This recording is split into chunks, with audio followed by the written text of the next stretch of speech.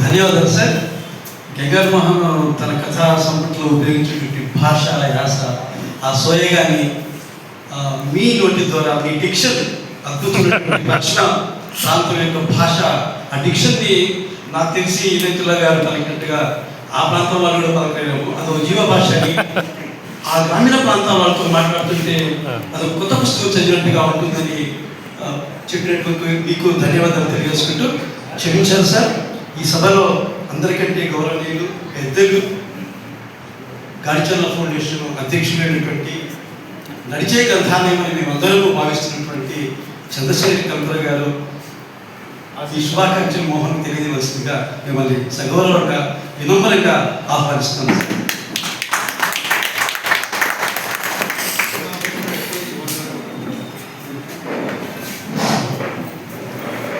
మిత్ర బాంధవులారా, ఎందరో మహానుభావులు, అందరికీ వందనాలు.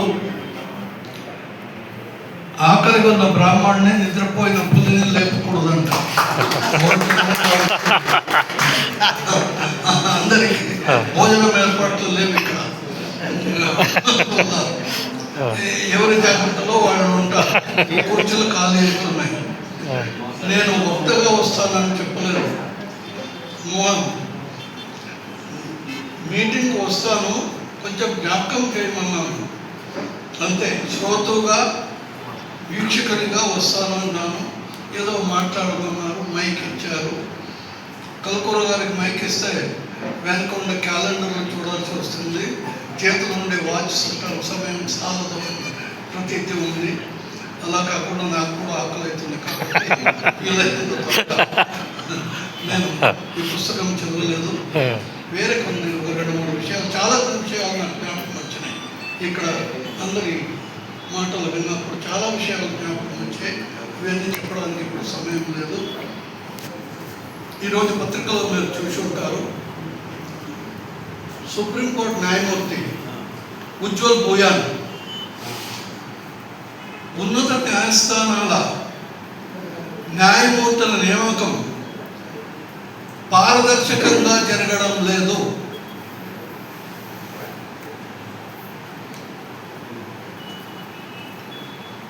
ఆ ఎన్నికల్లో ఆయన కూడా ఉన్నాడు. ఒక దఫేదారు అమీనా బెంచ్ క్లర్క్ని ఎందుకు ఎన్నుకున్నాము, ఎందుకు ఎన్నుకోవడం లేదు అనేది రాతపూర్వకంగా చెప్పాలి. అయితే ఉన్నత న్యాయస్థానం న్యాయమూర్తిని ఎందుకు ఎన్నుకున్నారో, ఎందుకు ఎన్నుకోకూడదు అనేది పారదర్శకంగా లేదు ఈ వ్యవస్థ. దీనిని విమర్శిస్తే వాళ్ళ బొద్దంకలు. ఆ బొద్దంక ఎంత పని చేస్తుంది? కేవలం 3 నెలలు కూడా పూర్తి కాలేదు. మోదీ ప్రభుత్వాన్ని తలవంచింది. ఈ శక్తి ఉండేది ఒక రచయితకి, ఒక మేధావికి, ఒక యువతకి. గాంధీజీకి 30 సంవత్సరాలు పట్టింది. ఈ దానికి 3 నెలల ముందు తల వంచడం. అటువంటి శక్తిని ఎన్నో గ్యాగింగ్ అంటారు, గొంతు పిసకడం చేస్తున్నారు. 1-2 రకాలుగా కాదు.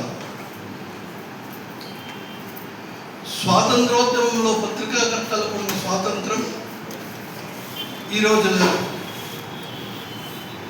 Kotamraju Ramarao pen as my sword అనే ఆత్మకథ రాసినాడు. చిరాల ఆయన పాకిస్తాన్ సింధు, లాహోర్లో పనిచేశాడు. అటువంటి విషయాలు ఎన్నో జరుగుతున్నాయి. దాన్ని పత్రికాకర్తలు, ఈ రచయితలు మేలుకోవాలి, ముందుకు రావాలి, ఆందోళన జరపాలి. దానివల్ల ఫలితం ఖచ్చితంగా వస్తుందని హనుమంతప్ప గారు చాలా రోజుల నుండి చెప్తున్నారు. తిరుమల తిరుపతి దేవస్థానం వాళ్ళు సనాతన ధర్మానికి సంబంధించిన పుస్తకాలు ప్రకటించడానికి ఇంతకుముందు సహకారం ఇచ్చేవారు. దాన్ని ఇప్పుడు నిలిపివేశారు.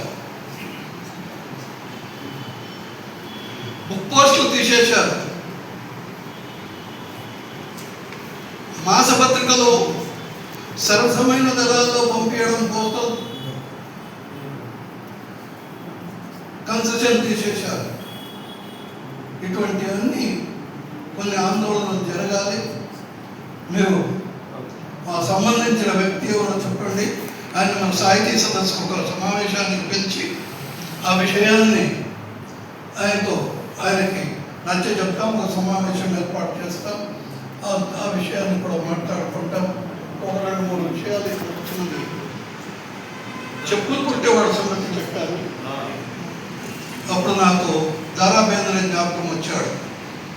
కన్నడ రచయిత, జ్ఞానపీఠ ప్రశస్తి పురస్కార గ్రహీత. ఆయన చెప్పులు కుట్టడానికి కుక్కడ దగ్గర పోయేవాడంట. నేనే మీ ఇంటికి వస్తాను స్వామి, నేను ఎందుకు రావాలి అంటే, లేదప్పా నేను ఎట్లయితే దారిలో పోతూ ఉంటాను కదా, వస్తాను. ఎండలో ఆ చెప్పులు కుట్టేవాడికి పాతకాలం మనుషులు చూసి ఉంటారు. ఒక గొడుగు వాడుకు 365 రోజులు వాళ్ళ చేతిలో ఒక గొడుగు. ఆ ఎండల గొడుగు వాడు నెత్తిన పెట్టుకునేవాడు. దయామయమైన ఒక జీవితం. అంత పెద్ద మనిషి. జ్ఞానపీఠ పురస్కారం వచ్చిన తర్వాత కూడా వాళ్ళ దగ్గర పోయి చెప్పులు కొట్టుకున్నాడు. ఆ చెప్పు గొడవ పట్టినాడు. ఆయన కాప్ పంచాయతీ గురించి చెప్పారు. కుల పంచాయతీ గురించి, పల్లెటూరు పంచాయతీ గురించి చెప్పారు. ఒక దుర్ఘటన జ్ఞాపకం వచ్చింది. మహానది పైన హెర్రాకుడ్ ప్రాజెక్ట్ కట్టారు. 1969లో దాని ఉద్ఘాటన సమారంభం జరగాలి. పార్థసారథి అనే చీఫ్ ఇంజనీర్, ఆయన ఎక్కడో యునైటెడ్ నేషన్స్లో ఉంటే నెహ్రూ గారు ఏది కోరి ఆయన అడుక్కొని అక్కడ తెచ్చుకుంటారు చీఫ్ ఇంజనీర్గా. ఆయన ఒక ఉత్తరం రాశారు నెహ్రూ గారికి. Dear mister prime minister, Hirakud project is completed and ready for inauguration and commissioning. It is fixed on such and such an auspicious moment. You are requested to come and inaugurate the project and commission the flow of water at the auspicious occasion. You are known for your unpunctuality. Should you fail to turn up at the moment, it will be inaugurated by somebody else. పుణ్య ఒక ప్రధానమంత్రికి సామాన్య chief engineer రాసిన letter. ఇది కథ కాదు, వాస్తవం. సమయానికి సరిగా వచ్చాడు నెహ్రూ. నేను రాకపోతే వేరే ఎవరితోనూ చేయిస్తానన్నారు కదా, అది ఎవరో చూపించండి అన్నారు. ఒక 16 సంవత్సరాల అమ్మాయిని చూపించారు. బుద్ని మాయి, ట్రైబల్ గిరిజన అమ్మాయి. అప్పుడు పెళ్లి అయింది. ఒక ఆడపిల్ల ఉంది. ఈ అమ్మాయి ఇక్కడ ఈ ప్రాజెక్ట్ మొదలైనప్పటి నుంచి పని చేస్తుందండి. దాదాపు 10 సంవత్సరాలుగా చేస్తుంది. అందువల్ల ఈమెతోనే చేయిస్తామనుకున్నామంటే, సరే ఇప్పుడు ఆమెతోనే చేయించండి అన్నారు. చేయించారు. చేయించిన తర్వాత నెహ్రూ పూలహారం వేశారు. ఆ పూలహారం ఆమెకు వేశాడు ఆయన. భర్త వదిలిపెట్టాడు. వేరే మగవాడితో నువ్వు పూలహారం వేయించుకున్నావు, నాకు ఇది కాదు. గిరిజనులలో సంప్రదాయం చాలా కట్టుదిట్టగా ఉంటుంది. ఇది కుల పంచాయతీ జరిగింది, కాప్ పంచాయత్. కుల పంచాయతీలో వాడు చేసింది సరి అని తేలింది. ఆమె కాళ్ళు పట్టుకోండి, నా సంగతి ఏమేది. ఆమె అక్కడ శాశ్వతమైన ఉద్యోగం ఇచ్చి ఇది ఇచ్చారు. 2 సంవత్సరాల కింద ఆమె చనిపోయింది. నెహ్రూస్ ట్రైబల్ వైఫ్ అని ఇంటర్నెట్లో రీసెర్చ్లో కొట్టండి, వస్తుంది చూడండి. ఇది మాయి ఆమె పేరు వస్తుంది. ఆమె శాశ్వతమైన ఉద్యోగం ఇచ్చారు. ఇప్పుడు ఈ కామన్ సివిల్ కోడ్ కేవలం మహమ్మదీయులు మాత్రమే కాదు, గిరిజనులు కూడా ప్రతిఘటిస్తున్నారు. ఈ అన్ని విషయాలు సమాజానికి తెలియజేయవలసిన బాధ్యత, తెలియజేయాల్సిన ఏకైక వర్గం రచయితలు. వాళ్ళందరికీ వాళ్ళ రచనలు ప్రజాస్వామ్యం, వాళ్ళ ఒక స్వాతంత్రం, ప్రజాస్వామ్యం ఉన్నన్నాడు దాన్ని ఎంత అడుగుతుండడానికి ప్రయత్నించినా మళ్ళీ ఫుట్బాల్ ఎంత కిందికి తొక్కితే అంత పైకి లేస్తుంది. ఇది ఒక అడగ తొక్కడం అనేది కొన్నాళ్ళు చేయవచ్చు, ఒకరు ఇద్దరిని చేయవచ్చు. సమాజం మొత్తం లేచినప్పుడు, ఇందాక చెప్పానే కాంగ్రెస్ జనతా పార్టీ కేవలం 3 నెలల్లో యువతరం ఎక్కడో అమెరికాలో ఉండే ఆ దీప్కే ఇక్కడ వచ్చి అంత అల్లరి చేసి ఆ యొక్క శిక్షణ మంత్రి, అంత మొండిగా ఉన్న శిక్షణ మంత్రి రాజీనామా ఇప్పించిన వ్యక్తే ఆ ఒక శక్తి, గాంధేయవాదం, అహింసావాదం,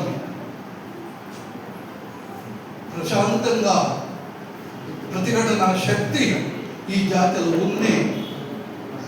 ఆ శక్తిని నిరూపించడం, ప్రజల్లోకి తీసుకొని పోవడం రచయితలు చేస్తూనే ఉన్నారు, ఇంకా చేయాలి అని ప్రార్థిస్తూ ఈ సదవకాశాన్ని నాకు ఇచ్చినందుకు ధన్యవాదాలు.